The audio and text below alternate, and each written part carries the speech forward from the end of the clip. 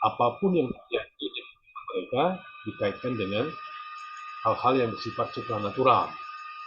Kemudian ada tahap transisi, makanya teori 3 tahap ini harus dikuasai betul oleh kalian, karena ini kalau kita bicara Agus Kom, pasti orang akan bertanya, coba dijelaskan tentang teori 3 tahapan itu, atau hukum 3 tahap, atau teori yang dikenal dengan yang sangat dikenal dengan teori evolusi berpikirnya Agus Kom, yaitu fase berpikir manusia secara teologis. Segala sesuatu kejadian di dunia ini dihubungkan dengan kekuatan-kekuatan yang di luar diri manusia, yaitu supranatural. Kemudian fase transisinya itu adalah kedua fase, namanya metafisis, bahwa manusia sudah mulai tidak percaya lagi pada kekuatan-kekuatan supranatural, tetapi sudah berpikir bahwa pada benda-benda itu ada hukum alam.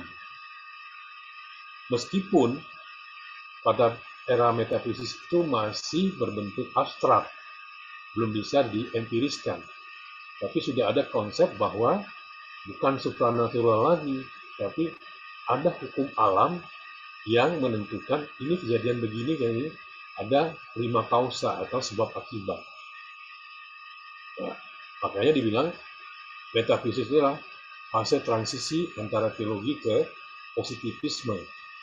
Nah, tahap ketiga adalah tahap positivisme, di mana manusia sudah nggak percaya lagi hal-hal yang di luar itu. Bisa didekati persoalan-persoalan di dunia itu dengan pendekatan ilmiah, riset, penelitian, kemudian mencari fakta, data, dan itu bisa dibuktikan dalam teori keilmuan. Gitu ya. Ada ontologi, ada epistemologi, ada aksiologi. Dan itu muncul itu kemudian. Bahwa ilmu itu tidak bisa lepas dari 3 kategori itu. Epistemologi, ontologi, dan aksiologi. Nah, ini adalah jasa dari Agus Kom yang akhirnya menjadi warna berpikirnya orang Barat. Ya, kalau kita bicara orang-orang Barat, nah berpikirnya itu ya dari pemikirannya Agus Kom ini, aliran positivismenya itu.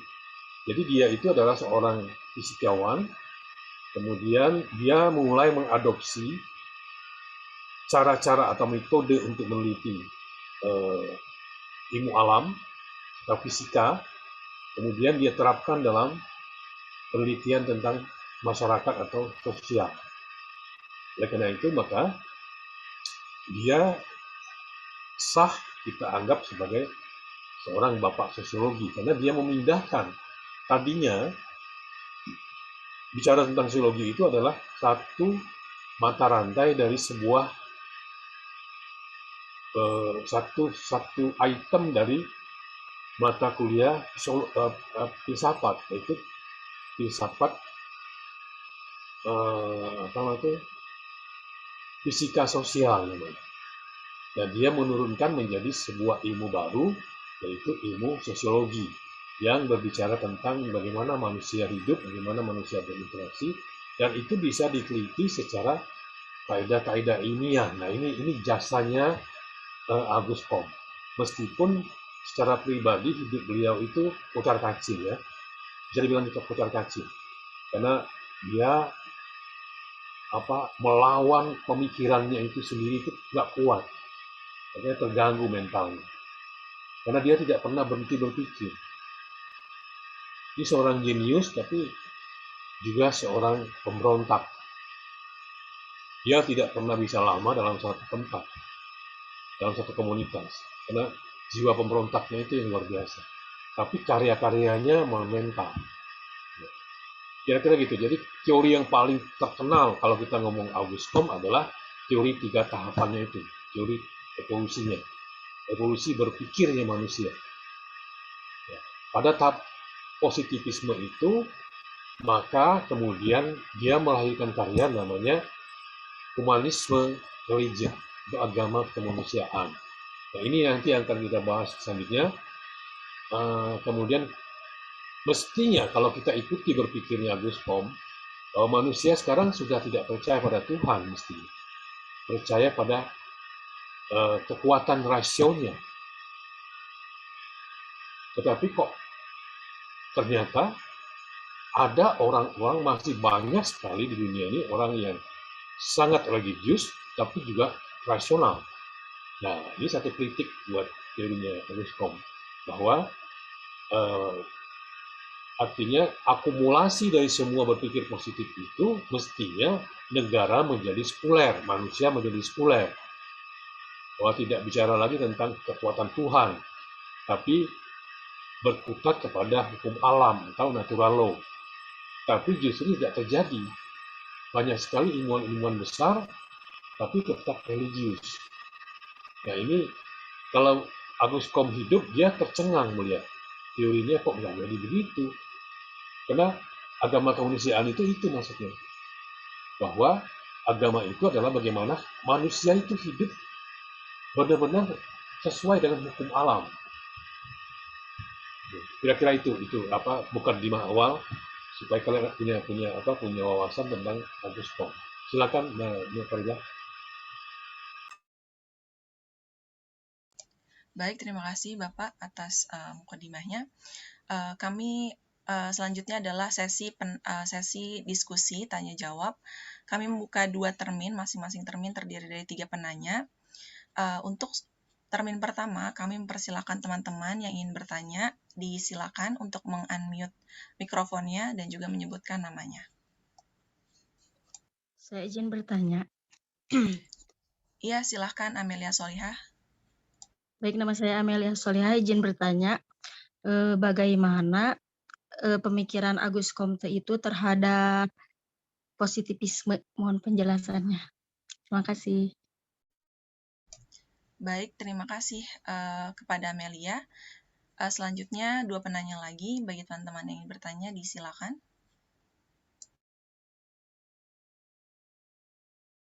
Saya ingin bertanya. Iya, silakan Atika. Ya, nama saya Atika Nuraini, ingin bertanya. Jadi dari semua itu kan, apa yang melatar belakangi gitu pemikirannya Agus Comte ini? Terima kasih.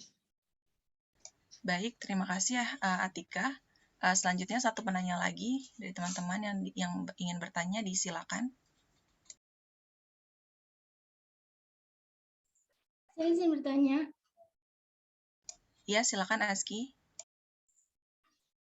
Nama saya Aski Syafriana Mumtazah dari kelompok 7, izin bertanya.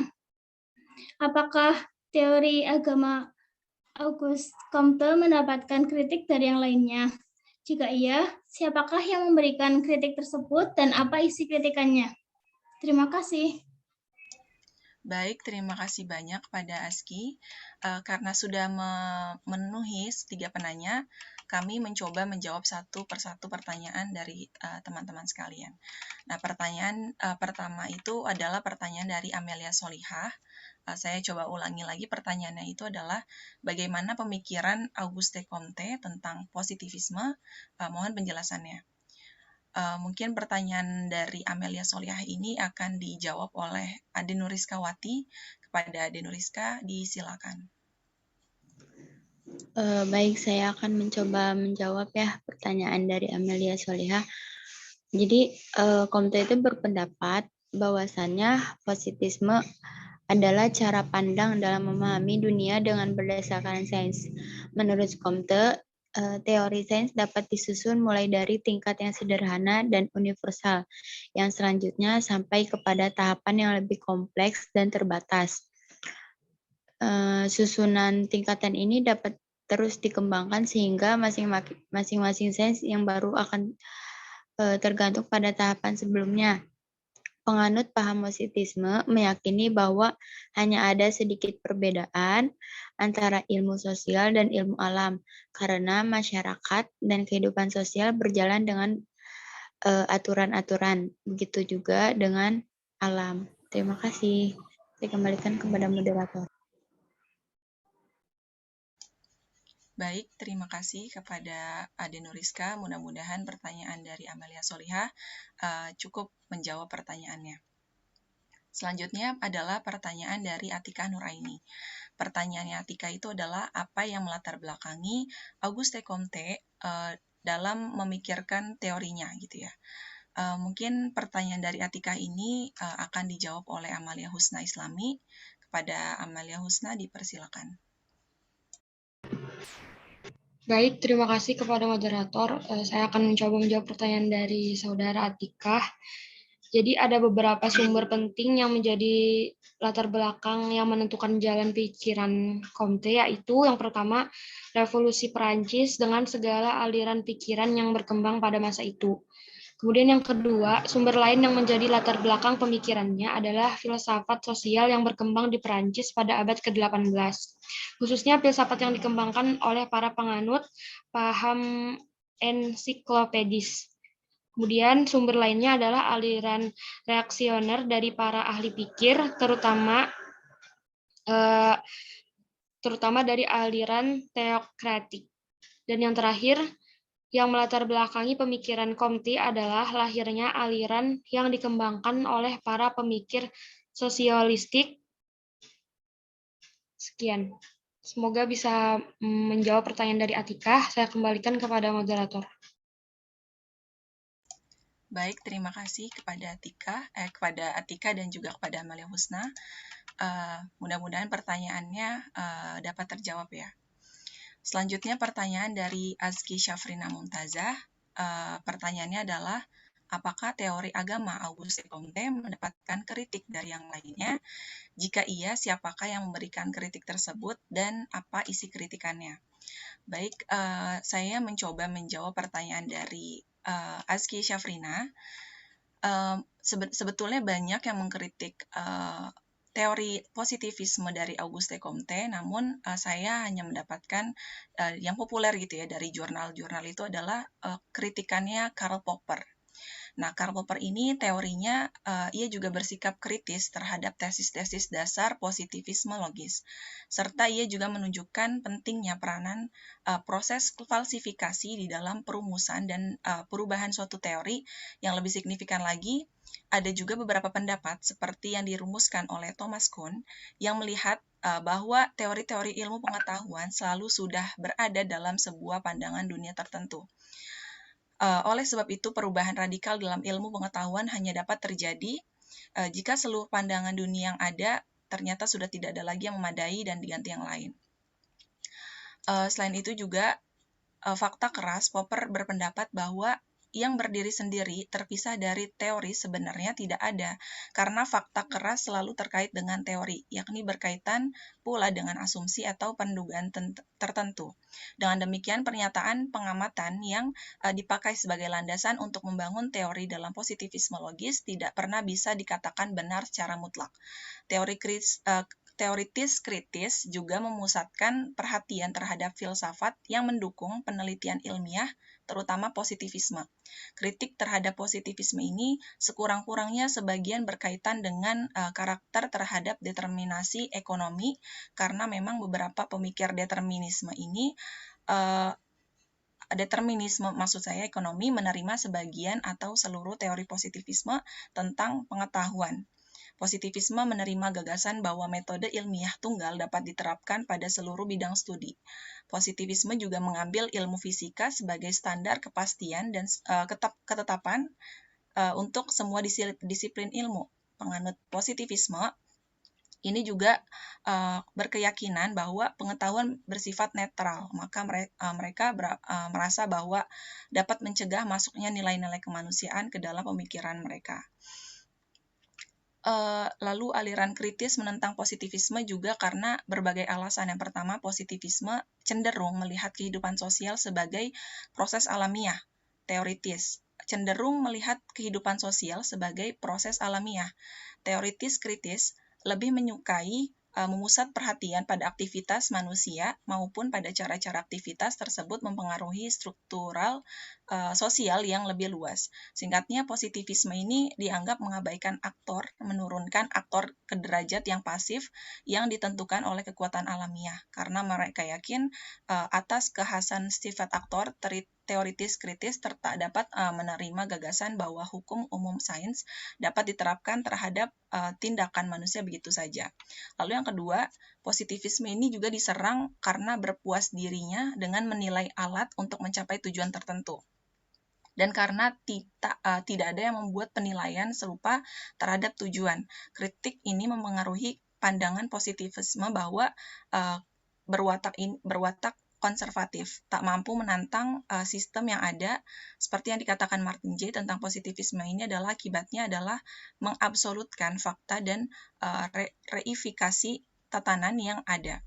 Positivisme juga menyebabkan aktor dan ilmuwan menjadi pasif. Ada segelintir Marxisme tipe tertentu yang mendukung pandangan yang menyatakan teori dan praktik tidak dapat dihubungkan, meski kritikan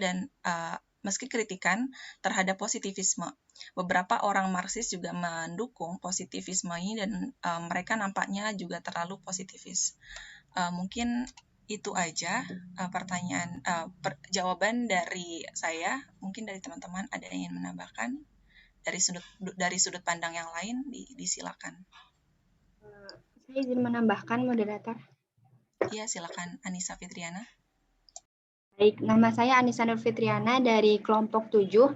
Saya izin menambahkan salah satu kritik pada teori ini dari sudut agama.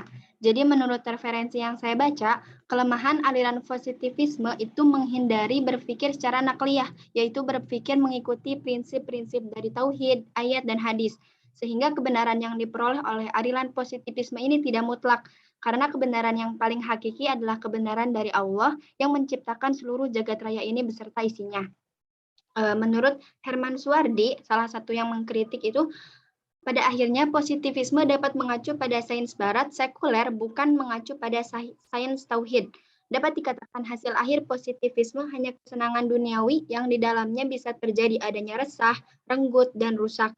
Posisinya di sini dalam memandang paradigma adalah bahwa aliran positivisme mempunyai kelemahan, yaitu hanya berpikir secara akliyah. Jadi, hanya berpikir secara akliyah saja tanpa dalam mencari kebenaran. Padahal seharusnya dalam mencari kebenaran itu harus mengacu pada nakliyah juga, sehingga nakliyah menjadi akliyah. Dengan demikian sampailah nantinya kepada pengetahuan yang benar yang diridhoi oleh Allah. Tetapi untuk sekarang seperti yang Bapak katakan tadi, banyak ilmuwan besar yang berpikir rasional tapi tetap religius. Mungkin itu saja dari saya. Terima kasih. Terima kasih banyak atas penambahan jawaban dari Anissa Nur Fitriana. Mungkin itu adalah jawaban dari sudut pandang agama gitu ya. Baik, mudah-mudahan pertanyaan dari Azki Syafrina sudah memenuhi jawabannya. Selanjutnya kami membuka satu termin lagi untuk 3 orang penanya. Bagi teman-teman yang ingin bertanya, disilakan.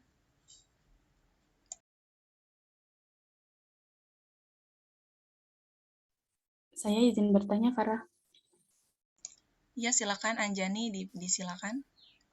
Ya, jadi pertanyaan saya, tolong jelaskan lagi maksud dari aliran atau prinsip positivisme ya secara gamblangnya, dan apakah prinsip ini memiliki keunggulan atau kelebihan tertentu. Baik, itu saja pertanyaan dari saya. Terima kasih. Baik, terima kasih Anjani telah bertanya. Lalu dari teman-teman, ada yang ingin bertanya lagi? Saya izin bertanya, Farah. Ya, silakan Anissa Nurzen. Saya izin bertanya mengenai teori atau argumen apa gitu yang digaungkan oleh Auguste Comte ini sehingga banyak murid-muridnya itu yang mendukung gitu.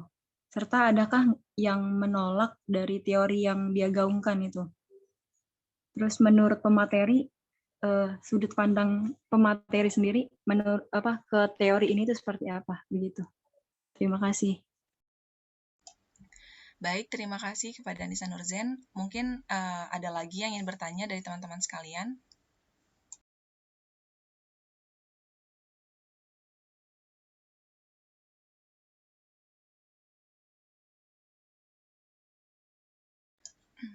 Baik, jika belum ada yang ingin bertanya lagi, kami mencoba untuk menjawab 2 pertanyaan terlebih dahulu.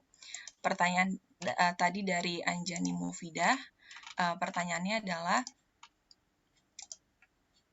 tolong jelaskan secara umum ya, secara general maksud dari aliran atau prinsip positivisme ini dan apakah prinsip ini memiliki keunggulan atau kelebihan tertentu. Baik, pertanyaan dari Anjani mungkin akan dijawab oleh Devira Muthoharoh. Kepada Devira disilakan. Baik, izin menjawab pertanyaan dari Anjani. Positivisme menurut paradigma ilmu pengetahuan yang paling awal muncul dalam dunia ilmu pengetahuan. Positivisme merupakan penunjukan tren pemikiran sejarah barat modern yang telah mulai menyingsing sejak ambruknya tatanan dunia abad pertengahan melalui rasionalisme dan empirisme. Positivisme ada sorotan yang khususnya terhadap metodologi dalam refleksi filsafatnya. Untuk keunggulannya, positivisme kedudukan pengetahuan diganti metodologi, dan satu-satunya metodologi yang berkembang secara meyakinkan sejak Renaissance dan sumber pada masa Aufklärung adalah metodologi ilmu-ilmu alam. Oleh karena itu, positivisme menempatkan metodologi ilmu alam pada ruang yang dulunya menjadi wilayah refleksi epistemologi, yaitu pengetahuan manusia tentang kenyataan. Mungkin itu saja yang dapat saya jawab. Mungkin kurang nanti bisa dijelaskan oleh Bapak. Saya kembalikan kepada moderator. Baik, terima kasih kepada Devira Muthoharoh yang telah menjawab pertanyaan dari Anjani. Mudah-mudahan pertanyaannya sudah terjawab ya dengan baik. Selanjutnya pertanyaan dari Anissa Nurzen. Pertanyaannya itu saya coba bacakan lagi, itu adalah teori atau argumen apa yang digaungkan oleh Auguste Comte sehingga banyak muridnya yang mendukung teorinya, serta adakah yang menolak bahkan menentang teorinya? Tolong dijelaskan dan bagaimana menurut materi dalam menanggapi teori Auguste Comte. Mungkin pertanyaan dari Anissa Nurzen akan dijawab oleh Amalia Husna Islami. Kepada Amalia Husna disilakan. Baik, terima kasih kepada moderator. Saya akan mencoba menjawab pertanyaan dari Anissa Nurzen.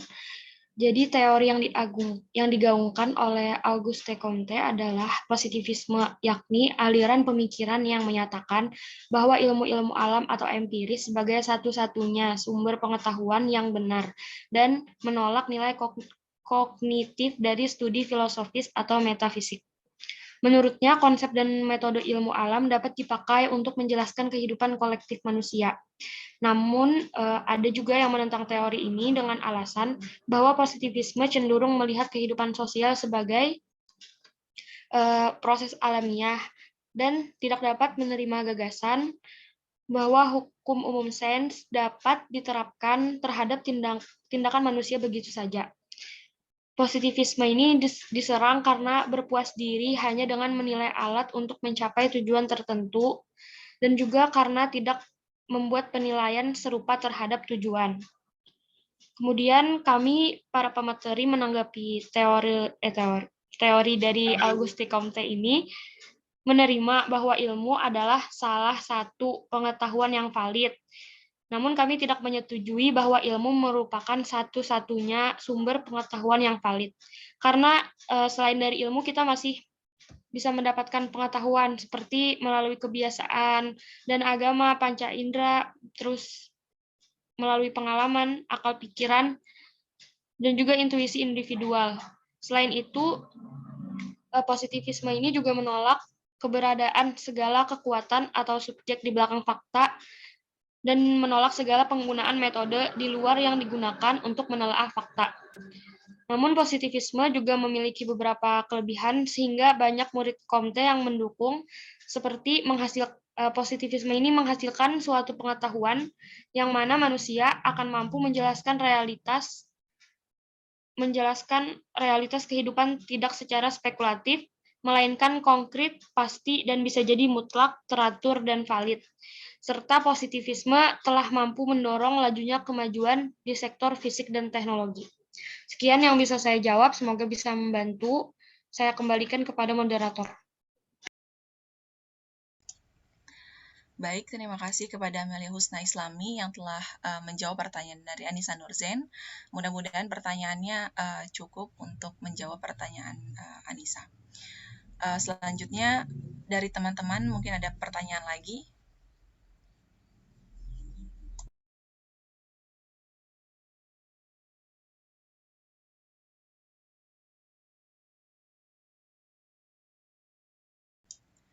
Baik, apabila sudah tidak ada yang ingin bertanya lagi, selanjutnya adalah mungkin penambahan materi dari jawaban-jawaban kami. Kepada Bapak Arison mungkin ada tambahan?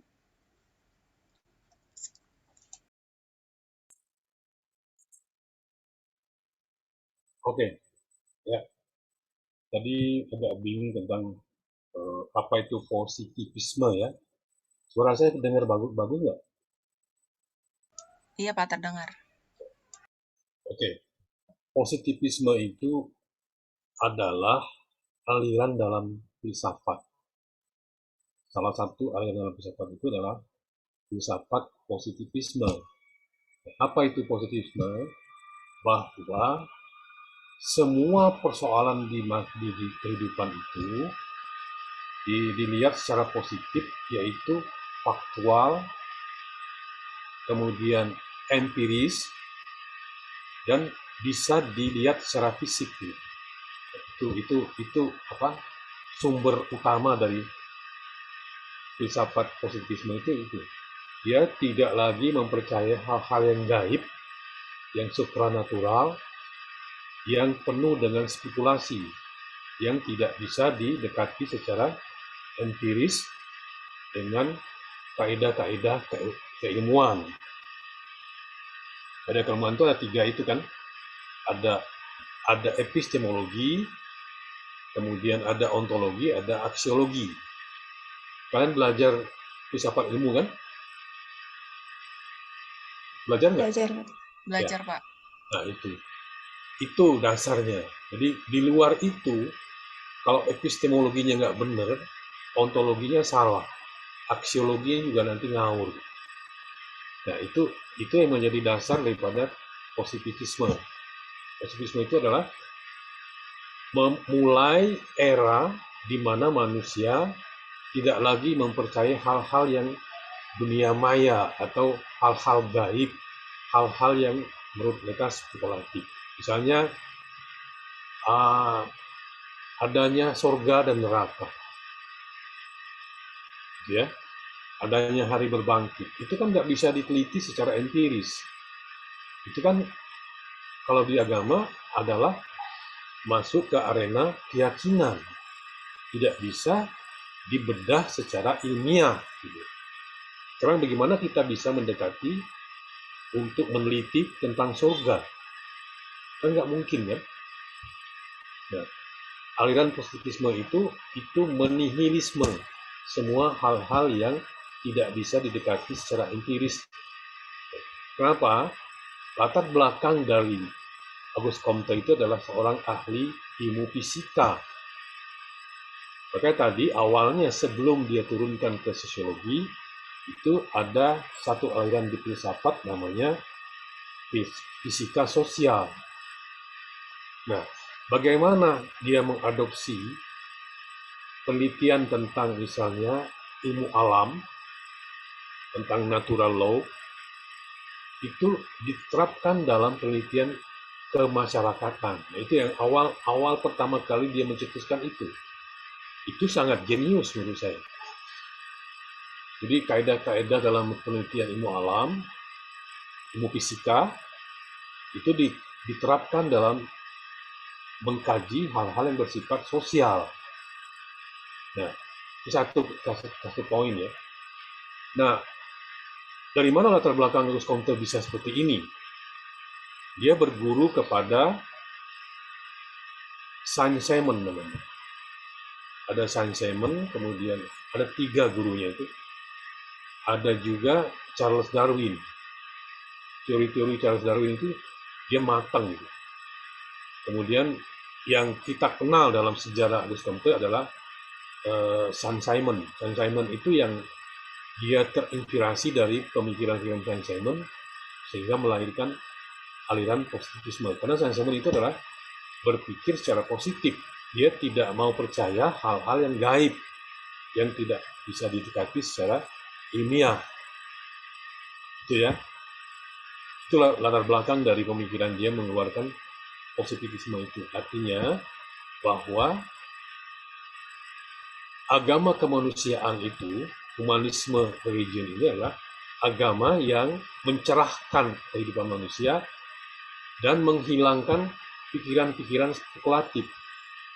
Itu pemikiran teori dia. Walaupun nanti banyak kritik ya, banyak sekali dikritik tentang teori dia ini. Tapi para kritik itu kadang-kadang lupa. Dia hanya melihat positivismenya, tapi tidak melihat secara keseluruhan evolusi berpikirnya Comte. Bahwa positivisme itu adalah salah satu fase puncak pada teori evolusinya. Bahwa manusia itu dari pertama kali manusia berpikir tentang sesuatu di luar dirinya adalah berpikir secara teologi. Bahwa manusia itu selalu menganggap kalau ada sesuatu yang luar biasa yang secara akal mereka tidak bisa memecahkannya, mereka percaya bahwa itu adalah supranatural. Ya. Kemudian manusia secara evolusi berpikir ke metafisis. Sudah bukan lagi kekuatan supranatural, tetapi alam itu mempunyai hukum yang dikenal dengan natural law, hukum alam. Nah, kalau gempa itu terjadi, itu ada hukum alam yang tidak sesuai, tetapi belum bisa dilihat secara empiris, masih bersifat abstrak. Nah, makanya tahap kedua itu seringkali dia katakan dengan tahap transisi. Jadi fase metafisis itu tidak lama, jarak waktunya sekitar 300 tahun, tetapi itu adalah tahap transisi menuju tahap positivisme. Nah, kadang-kadang teoretikus itu terjebak kepada hanya melihat pada posisi positivisme toh, tidak melihat sejarah evolusinya. Itu yang sering salah dalam mengkritik Auguste Comte. Bahwa positivisme itu selesai, belum selesai. Tahap positivisme itu belum selesai. Artinya kalau melihat bahwa para pengkritik mengatakan bahwa Auguste Comte ternyata salah. Ternyata sekarang ini banyak sekali orang-orang yang rasional, orang-orang yang ilmuwan, tetapi juga tetap religius. Nah, apakah tujuan dari agama kemanusiaan itu menghilangkan kekuatan Tuhan di situ? Secara belak-belakan Auguste tidak mengatakan begitu. Dia juga pernah mengakui adanya Tuhan ketika istrinya meninggal dunia. Dia pernah terpuruk sekali dan dia mengakui adanya Tuhan. Bahwa di luar itu ada kekuatan luar biasa yang mengendalikan kehidupan manusia. Jadi tidak sepenuhnya Auguste Comte itu meniadakan peran Tuhan dalam kehidupan manusia. Jadi jangan salah dalam mengkritik ini. Jadi kritikus itu juga kita harus kritik. Kalau dia hanya melihat tahap positivismenya toh, tidak melihat secara korelasinya dengan evolusi itu, dia cenderung akan salah menilai positivismenya Auguste Comte. Karena teori positivisme itu banyak sekali pengikutnya. Ya. Banyak sekali pengikut-pengikut daripada aliran filsafat positivisme. Artinya, manusia itu harus hidup rasional. Tetapi, ini seringkali terjadi bahwa manusia barat itu terlalu rasional sehingga mengabaikan hal-hal yang di luar akal. Itu yang sering terjebak di situ. Nah, apakah Auguste Comte menghendaki seperti itu? Sepertinya tidak. Ada dalam satu fase hidup dia percaya pada Tuhan. ketika orang yang sangat dicintainya meninggal dunia, dia kehilangan arah. Kemudian ingin menjawab kenapa dia begitu, dia lari ke Tuhan. Artinya konsep Tuhan dalam Auguste Comte itu masih ada, meskipun dia lebih mengandalkan rasionya atau akalnya. Makanya pengamat-pengamat atau ahli-ahli sosiologi, kemudian juga ahli filsafat sering kali salah dalam menilai Auguste Comte. Kalau dia berjasa kepada perkembangan pemikiran manusia, ya, itu harus kita akui. Rasionalisasi yang terjadi di dunia barat itu adalah pengaruh dari teorinya Auguste Comte. Karena itu, Auguste Comte itu adalah secara individu, secara tokoh, sosok, dia tidak terkenal Karl Marx atau Max Weber atau Emil Durkheim. Tapi dia peletak dasar daripada aliran positivisme. Itu yang penting kalian tahu. Seringkali orang mengabaikan itu tadi, korelasi antara evolusi tadi itu, bahwa positivisme itu tadinya itu berawal dari pemikiran-pemikiran teologis, kemudian naik lagi ke metafisis, kemudian ke sains gitu. Positivisme itu adalah ketika manusia hidup bertumpu kepada saintifik, tidak lagi percaya kepada hal-hal yang di luar itu. Itu positivisme ya. Sudah menangkap itu ya, apa namanya positivisme itu. Nah, ada misalnya kritikan dari misalnya tokoh Max Horkheimer. Horkheimer itu seorang filosof juga. Dia mengkritik bahwa ketidaktepatan teori positivisme itu memahami aksi sosial karena tidak sesuai dengan tindakan-tindakan sosial atau fakta-fakta sosial yang ada. Karena Auguste Comte terlalu mengeneralisir semua persoalan didekati dengan ilmu fisika. Itu kritik dia. Yang kedua, dia mengatakan bahwa positivisme tidak memiliki elemen reflektif terhadap untuk mendorong karakternya itu, sehingga dia terjebak pada konservatif.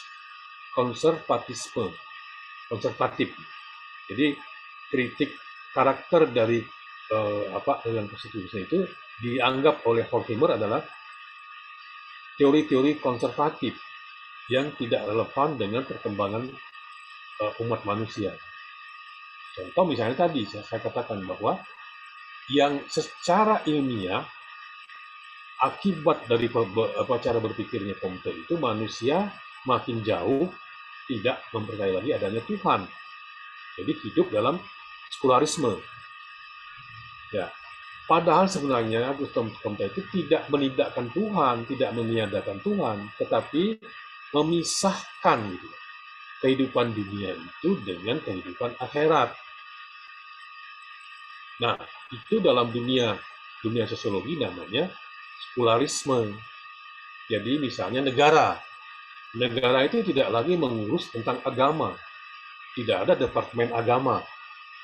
Agama itu diurus oleh masing-masing individu. Itu namanya sekularisme, memisahkan antara agama dengan kehidupan kita sehari-hari. Menjadi sebuah privacy masing-masing. Kira-kira ke situ arahnya Auguste Comte. Jadi kita tidak boleh meributkan, tidak harus meributkan bahwa apa-apa itu dikaitkan dengan Tuhan. Karena Tuhan sudah membuat natural law, hukum alam. Hukum alam itulah yang kita kaji. Kenapa terjadi tanah longsor? Kenapa terjadi banjir? Kenapa terjadi gempa bumi? Kenapa terjadi badai, angin topan misalnya? Itu bukan lagi kita percaya, tidak lagi kita kembali kepada Tuhan. Karena Tuhan sudah membuat hukum alam. Hukum alam itulah yang bekerja. Nah, itu nanti terjebak lagi kepada filsafat Nietzsche. Nietzsche mengatakan Tuhan sudah mati. Kenapa? Ketika dia sudah menciptakan sistem di alam ini dengan hukum alam, natural law, dia sudah nggak berfungsi lagi, dia sudah pensiun gitu. Nah, dia analogikan dengan misalnya seorang pembuat jam pertama kali. Jam yang kita pakai, jam dinding, itu pertama kali orang membuat jam itu adalah orang itu, kemudian yang membuat jam itu mati, tapi orang sampai hari ini bisa membuat jam. Nah, jadi analoginya Nietzsche begitu. Jadi Tuhan sudah mati karena bahwa dia sudah membuat sistem alam ini, dia tidak perlu ikut campur lagi. Biar alam itu yang bekerja sendiri, hukumnya itu. Nah, ini seringkali yang terjadi di dunia barat, bahwa pemikiran Nietzsche itu sangat berpengaruh, kemudian juga pemikiran positivisme ini juga besar pengaruhnya, maka kemudian manusia tidak lagi percaya kepada adanya hari akhirat, berbangkit, kemudian ada surga, neraka, adanya makhluk halus, gitu. Mereka berpikirnya rasional, yang tidak masuk akal tidak usah dipikirkan. Nah, yang kita lihat berpikir seperti itu, secara duniawi mereka maju, teknologi mereka maju, kemudian dunia digital mereka yang panglimanya, semua pengikutnya, follower. Kita ini follower semua, negara-negara muslim ini jadi follower semua. Negara produsennya adalah negara-negara yang berpikir rasional itu tadi. Nah, ini juga tidak pernah dipikirkan oleh pengkritik ini. Hanya memikirkan bagaimana teori itu mau dihabiskan, tetapi tidak berpikir dampak dari teori itu, bagaimana kemajuan dunia ini bisa menjadi seperti sekarang ini. Jadi sekarang mulai kita berpikir, apakah agama, terutama Islam ya, apakah agama Islam ini salah? Rasanya nggak mungkin. Kenapa kita beragama Islam kok nggak bisa maju-maju seperti negara barat? Kok nggak bisa menjadi pelopor teknologi? Tidak menjadi panglima dari ekonomi dunia? Tidak bisa menjadi panglima politik dunia? Selalu barat yang memimpin. Nah, disinyalir bahwa berpikir model barat itu penting. Karena untuk dia sebagai khalifah di bumi ini, dia yang berkuasa, dia yang mengelola, dia memanage bumi ini menjadi sebuah tempat yang bagus untuk kehidupan manusia. Nah, sementara kita, atau umat muslim ini, ribut itu bukan ribut bagaimana membuat negara ini maju. Tapi ribut kita adalah, kok dia nggak kunut, ini bid'ah, ini haram, ini lah, kemana kita arahnya? Orang sudah berpikir bagaimana membuat tempat rekreasi di bulan atau di planet lain. Pada tahun 2050 nanti orang bisa vakansi atau orang bisa berlibur ke bulan atau planet Mars atau planet. Kita ributnya apa? Jangan ketawa ya. Kita otokritik. Kita ribut sekarang apa coba? Ayo parah apa?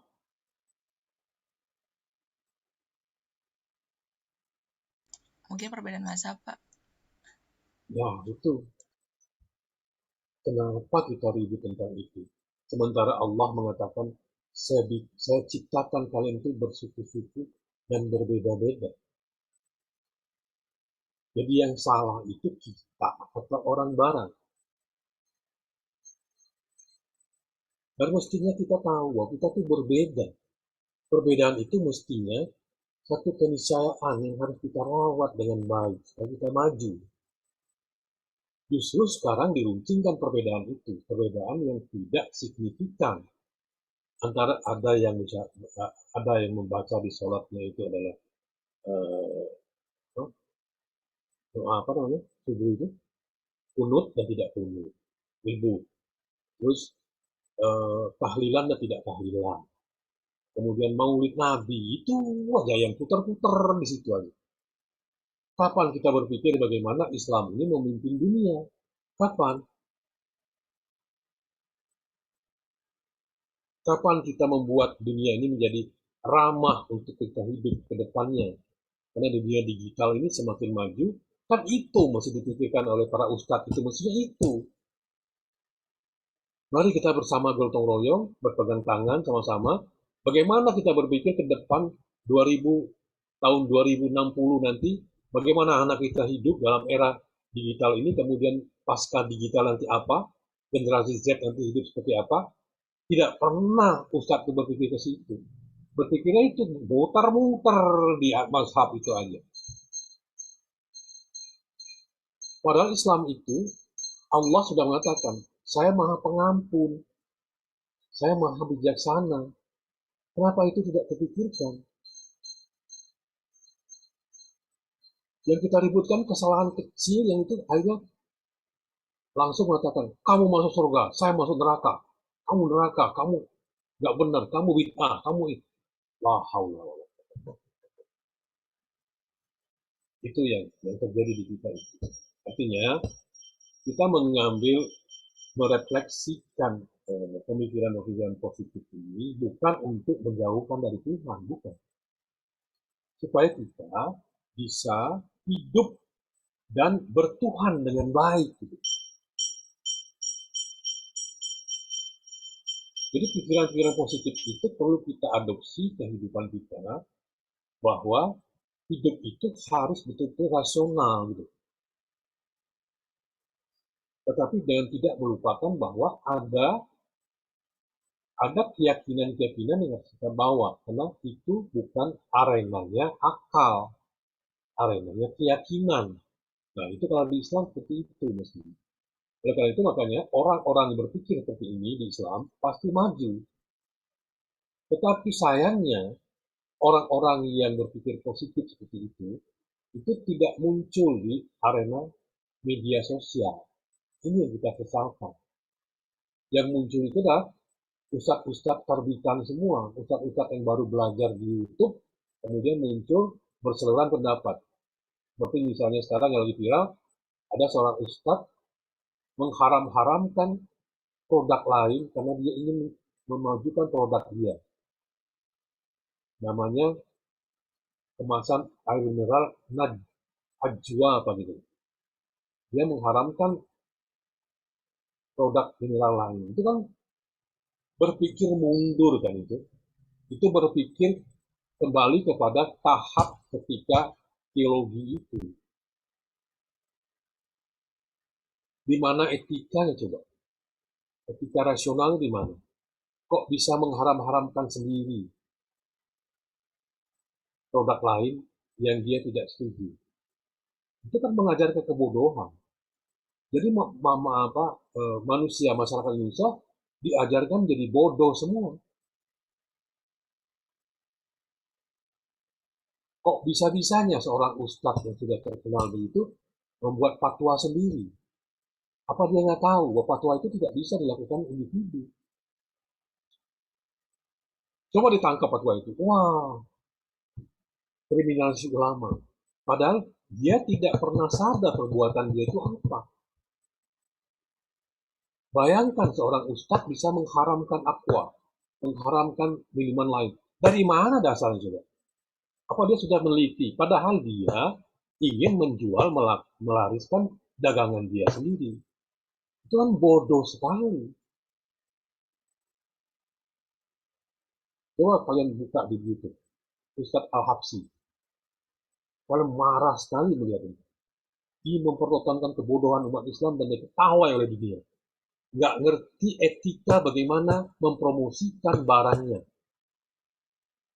Itu kan jadi manusia purba jadi. Nah, pengikutnya banyak. Bayangkan pengikutnya jadi apa coba? Nah, ini yang kita sesalkan. Sedikit sekali jumlah ustadz-ustadz yang berpikir positif yang masuk ke dunia itu. Sehingga akhirnya diwarnai oleh media sosial itu yang notabene ditonton oleh sebagian besar umat warga negara Indonesia, akhirnya seperti itu, terkontaminasi oleh pemikiran-pemikiran sesat. Ya, kalau mau mempromosikan produk dia, tidak usah mengharam-haramkan produk orang lain. Itu kan manusia macam apa itu? Padahal dia ustadz, ngerti agama. Dan terang-terangan dia di YouTube ini. Mari kita haramkan aqua segala macam itu. Masya Allah, itu kan membuat umat bodoh semua. Dalam mempromosikan barang itu di ekonomi, ada etikanya. Ada kaidah-kaidah yang harus kita penuhi. Kalau dengan alasan agama semua yang menghalalkan segala macam, ini mau kemana kita coba? Ya, saya ingin menyentil berpikir kalian itu coba rasional. Bahwa, coba ada ustaz mengatakan ini, haram bid'ah hukumnya setelah salat jamaah itu bersalaman. Nggak ada itu hadisnya. Tetapi buka HP boleh, kamar mandi boleh, kata Ustaz Latif. Ini pikiran koplak bagaimana Ustaz ini coba? Bersilaturahmi salaman nggak boleh, tapi buka HP boleh, ke kamar mandi boleh. Jadi, coba kita buka pikiran kita, wawasan kita, coba lihat dengan kacamata yang benar. Mau kemana negara kita ini kalau begitu? Ya, nah, tidak semua dari barat itu kita perlu kritik. Kalau mau kritik itu pelajari dulu, pahami dulu pemikirannya, baru kita kritik. Ini asal dari barat dikritik. Sementara kalau kita ikuti dari agama kita, siapa tokoh yang kita ikuti, sehingga kita bisa hidup seperti pihak lain yang memimpin dunia. Nggak ada. Siapa coba?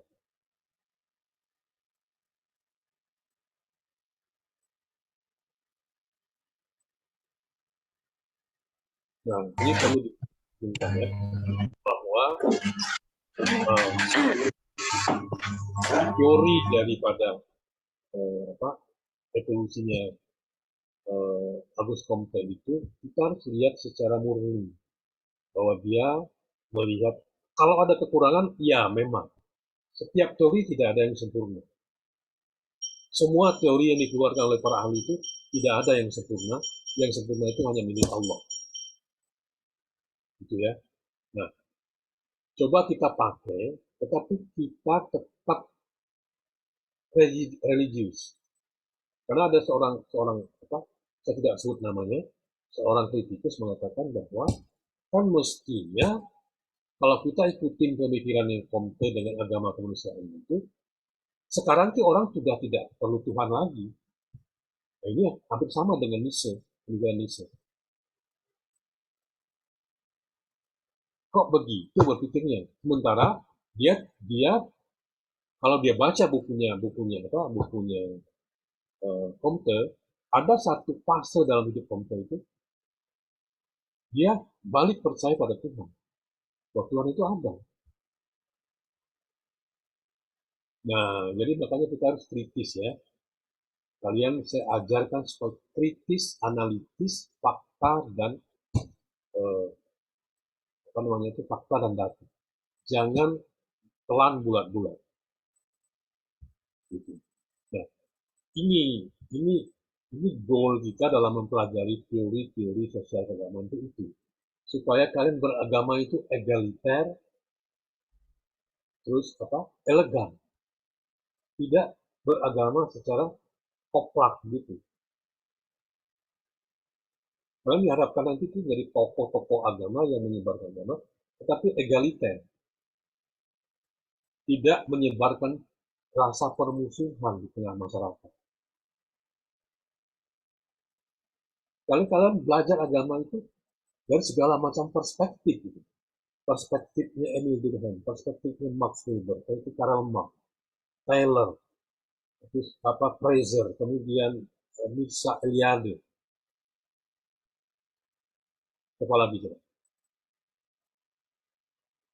Nanti ada fenomenanya Edmund Husserl. Di sini saya tidak cantum di Edmund Husserl dan Alfred Schulz itu tidak saya cantumkan karena mereka nyaris seperti misalnya Auguste Comte ini. Dia bicara agama itu tidak secara seperti misalnya Tyler Durkheim. Dia bicara agama itu secara fenomenal. Tapi teori fenomenanya Edmund Husserl itu bagus. Apalagi disempurnakan oleh Alfred Schulz atau teori fenomenanya The Photo. Nah, untuk penelitian nanti kalian perlu itu teori-teori itu. Teori fenomenologi ya. Nah, kalau Edmund Husserl itu ada fenomenologi agamanya. Saya tidak cantumkan karena dia tidak secara khusus bicara tentang agama. Yang saya masukkan dalam tokoh-tokoh di silabus ini adalah orang yang memberikan kontribusi kepada agama itu secara pemikiran yang mendalam. Kenapa Auguste Comte masuk? Karena dia bapak sosiologi. Kita bicara teori-teori sosial tanpa ada Auguste Comte itu ya nggak sempurna gitu. Karena beliaulah orang pertama sekali memproklamirkan ini ilmu sosiologi dengan segala macam sistematika dan mekanismenya. Gitu, ya. Barangkali itu yang bisa saya sampaikan karena waktu kita sudah lewat ya. Saya berharap ini menjadi sebuah tantangan atau menjadi sebuah hobi buat kalian untuk berselancar di dunia sosiologi itu. Itu asik ya. Membandingkan sebuah teori dengan teori yang lain, teori A, sisi A, sisi B, itu kita bisa nanti mengemas pembicaraan kita dengan sangat luar biasa egaliternya.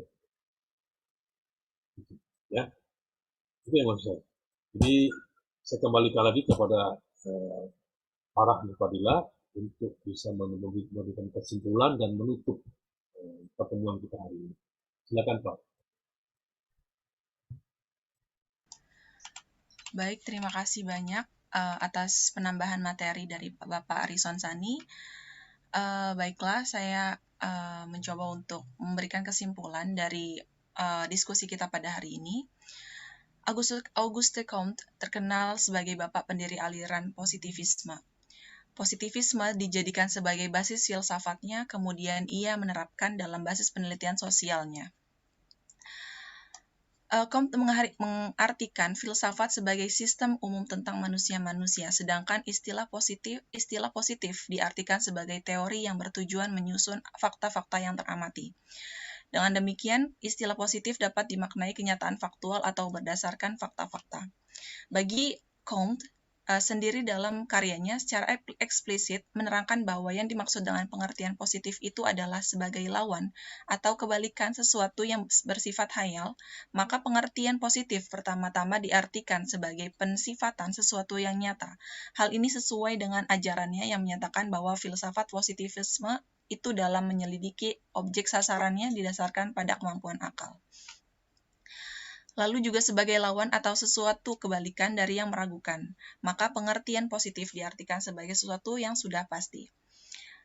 Selain itu, teori-teori terkenal dari Auguste Comte adalah hukum 3 tahapan. Dalam hukum tersebut terdapat tahap teologis atau theological stage, lalu yang kedua ada tahap metafisik, the metaphysical stage, dan yang ketiga adalah tahap positif atau ilmu pengetahuan, the positive stage. Mungkin itu saja penyampaian materi yang dapat kami sampaikan pada hari ini. Terima kasih banyak kepada teman-teman yang telah mengikuti diskusi kami pada hari ini dengan baik. Mudah-mudahan apa yang dapat kami sampaikan tadi bisa bermanfaat dan juga berkah untuk kita semua. Akhirul kalam, mohon maaf sebesar-besarnya apabila banyak kekurangan dalam penyampaian materi ataupun dalam memberikan jawaban. Untuk itu, wabillahi taufik wal hidayah. Wassalamualaikum warahmatullahi wabarakatuh. Waalaikumsalam warahmatullahi wabarakatuh. Oke, saya senang hari ini diskusinya bagus. Nah ini makanya peran moderator itu sangat pendidikan. Ini contohnya. Ya. Kalau moderatornya itu tanggap, kemudian responsif, kemudian gitu, menata dengan baik lalu lintas diskusi itu, maka diskusi itu terkesan sangat elegan. Gitu. Nah, seperti ini yang saya inginkan, pertahankan seperti ini. Kalau nanti ke depannya misalnya ada pemakalah yang kurang bisa di antara 3 atau 4 pemakalah itu kurang ini, ya tolong minta parah aja jadi moderator supaya diskusinya bisa bagus gitu ya. Saya senang sekali kalau ada situasi seperti ini, tuh senang. Jadi ada antusiasme, ada keingintahuan, ada responsif gitu. Nah, itu artinya kalian sudah mencintai pengetahuannya dengan baik. Insya Allah nanti pengetahuan itu akan mencintai kalian. Itu penting sekali. Cintai dulu, baru dia akan mencintai kita. Ketika pengetahuan itu mencintai kita menjadi akan mudah sekali untuk berselancar di pengetahuan. Ya, kalian ini kan calon sarjana, jadi berpikirnya juga harus betul-betul rasional dan betul-betul bisa mewakili pemikiran-pemikiran mayoritas daripada ilmuwan untuk bisa berkiprah di dunia komunitas keilmuan itu dan eksis gitu. Saya pengen betul ya, dari mahasiswa atau alumni ini yang eksis di masyarakat dalam wacana-wacana agama dari perspektif sosiologi. Ini masih kurang, sangat kurang. Jadi misalnya kalian ingin membuat skripsi misalnya, hubungkan misalnya teorinya Auguste Comte ini dengan apa? Teori evolusinya Auguste Comte dengan teori dengan evolusi keagamaan dalam Islam misalnya. Itu kan bisa. Bisa studi komparatif, bisa tinjauan, bisa juga studi kritik. Ya, coba dielaborasi antara tafsir Al-Quran dengan teorinya Auguste Comte. Sangat menarik itu, dan itu akan membuat suasana jadi berbeda. Ya. Baik, itu harapan saya. Lebih kurang saya mohon maaf karena waktu kita terbatas. Wabillahi taufiq wal hidayah. Assalamualaikum warahmatullahi wabarakatuh. Kita ketemu lagi di minggu depan dengan tokoh yang berbeda. Karena mulai hari ini sampai terakhir itu kita studi tokoh-tokoh yang memberi kontribusi kepada pengetahuan keagamaan. Tetap saya tunggu nanti laporan kuliahnya dari PJ-nya.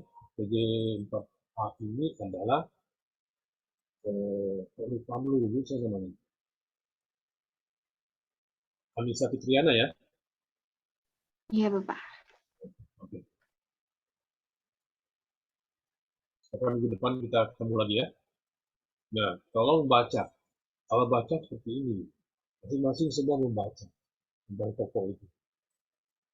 Nanti maka terjadi berbagai perspektif melihat tokoh itu. Karena tidak ada yang sama. Misalnya Ayunda Rusana baca tokoh yang sama dengan Hasna Marwa, dengan Atika, itu akan terjadi perbedaan perspektif. Itu yang Bapak mau itu. Itu poin yang Bapak mau. Melihat satu masalah dengan berbagai perspektif yang berbeda. Itu memperkaya wacana kita. Ya. Oke, habis waktu, kita ketemu lagi minggu depan. Awit.